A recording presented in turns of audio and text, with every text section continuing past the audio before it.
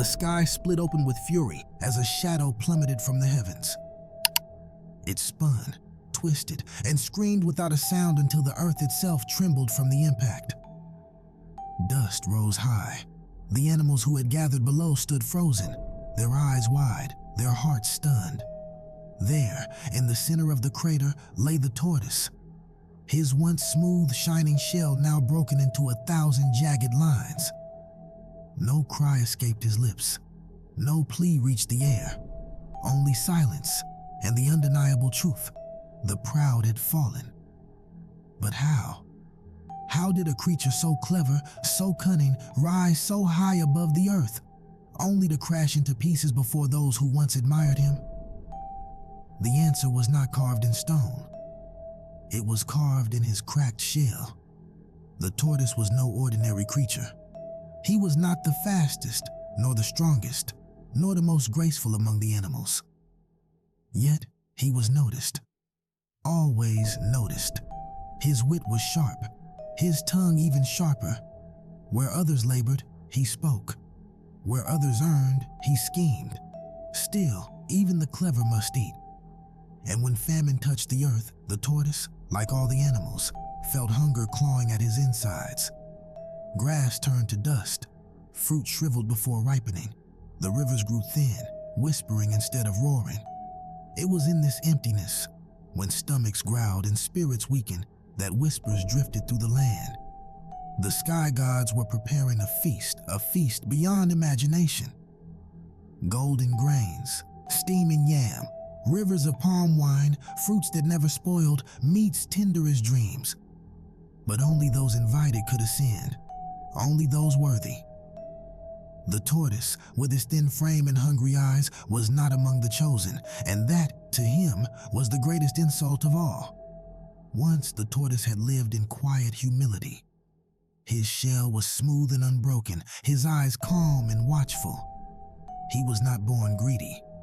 He was born with a different hunger, the hunger to belong. As a young tortoise, he had been mocked by the swift antelope, who leapt over rivers with ease. He had been teased by the eagle, who soared above storms while he crawled slowly through the mud. Even the smallest hare laughed at his steady pace. Too slow to join us, they said. Too weak to matter, they whispered, the words lodged in his heart like thorns. But he was clever. He could weave words into rope, trick pride into blindness, and bend others into serving his plans. And for a time, this power made him feel equal, even superior. Yet deep within, he remained the creature who had once been left behind. He had sworn he would never again be the last, never again be the overlooked.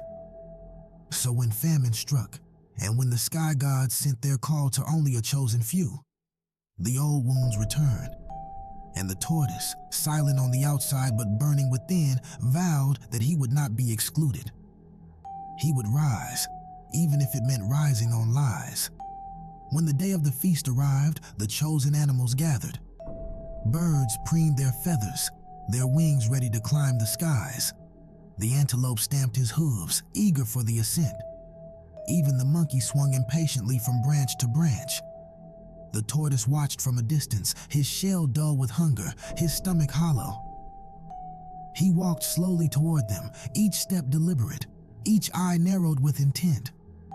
"My friends," he said smoothly, his voice coated in false humility. "Surely you do not mean to leave me behind, for am I not one of you? Do I not share your hunger? If we go together, we shall return together with stories to tell." The eagle frowned, the parrot shifted uneasily, the monkey scratched his head. They remembered his cleverness, his sharp tongue, his endless tricks. But famine had made even suspicion heavy. And so, against their better judgment, they allowed him. The eagle spread his wings. "Climb upon my back," he commanded, "but do not weigh me down." The tortoise climbed, smiling with a gratitude that did not reach his eyes.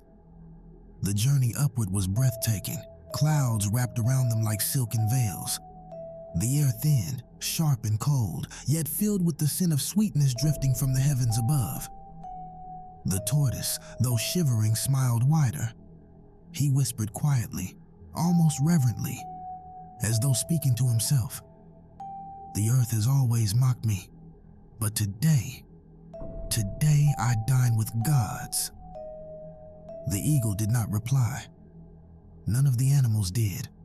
They feared his words, his cunning, his unpredictable ways. As the gates of heaven opened, light poured out like a flood. Before them stretched the feast. Piles of yams steamed, rivers of wine sparkled, roasted meats glistened in golden trays. The fragrance filled their lungs, dizzying, intoxicating. The sky gods welcomed them warmly. "You may eat, for you are our guests." But then the tortoise, eyes gleaming, stepped forward. "My lords," he said with a bow, "we are honored, yet among us there is tradition. On earth, when we attend a feast, we do not eat for ourselves alone. We eat for our families, our houses, our names. Each of us here carries a name, and I am no exception. From this day, let my name be all of you." The gods, unfamiliar with his cunning, agreed, and so, when the food was set, they declared, "This feast is for all of you." The tortoise smiled. "Indeed, I am all of you, and so the feast is mine." The animals gasped, but none could protest, for his trick was perfect. Each time the gods placed food before them, he claimed it, devouring endlessly while his companions watched with empty stomachs and breaking hearts. The injustice grew. Bite after bite, swallow after swallow, the tortoise feasted, while those who had carried him were left with scraps. But justice, though slow, is steady. The eagle, the parrot, the monkey, they remembered the humiliation he had forced upon them, and they spoke no words, for words were his weapon. Instead, they chose silence. When the feast ended, and the animals prepared to return to earth, the eagle spread his wings once more. "Brothers, sisters," he whispered to the others, "we carried him here, but we will not carry him home." The parrot nodded. The monkey's eyes hardened. One by one, they rose into the air, leaving the tortoise behind. The tortoise watched, stunned. His full belly now felt heavy, like a curse pressing against his ribs. He stumbled forward, reaching out. "Wait," he cried. "Do not leave me. I cannot fly. The earth is far below." But silence answered him, silence, heavy and absolute. The gods, who had seen his trickery, did not intervene. Justice was not theirs to prevent. And so the tortoise, once so clever, so proud, stood alone at the edge of the heavens. The fall was long. The air whipped past him, tearing at his shell, burning his eyes. He spun, weightless yet heavy, the world rushing up to meet him. When at last he struck the ground, the impact split his shell into jagged cracks. Dust rose. Silence fell. The animals gathered, staring. No one cheered, no one mocked. They only watched, understanding the lesson carved upon his back. From that day, the tortoise's shell never healed. The cracks remained, a reminder etched into his very body. That greed, no matter how clever, leads only to downfall.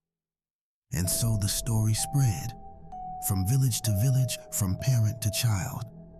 Every tortoise carries the scars of that fall, each line a warning written by time itself. The tortoise was clever. He was proud. He reached for more than was his to take. But in the end, it was not the sky gods who punished him. It was his own greed. Respect is not taken by trickery.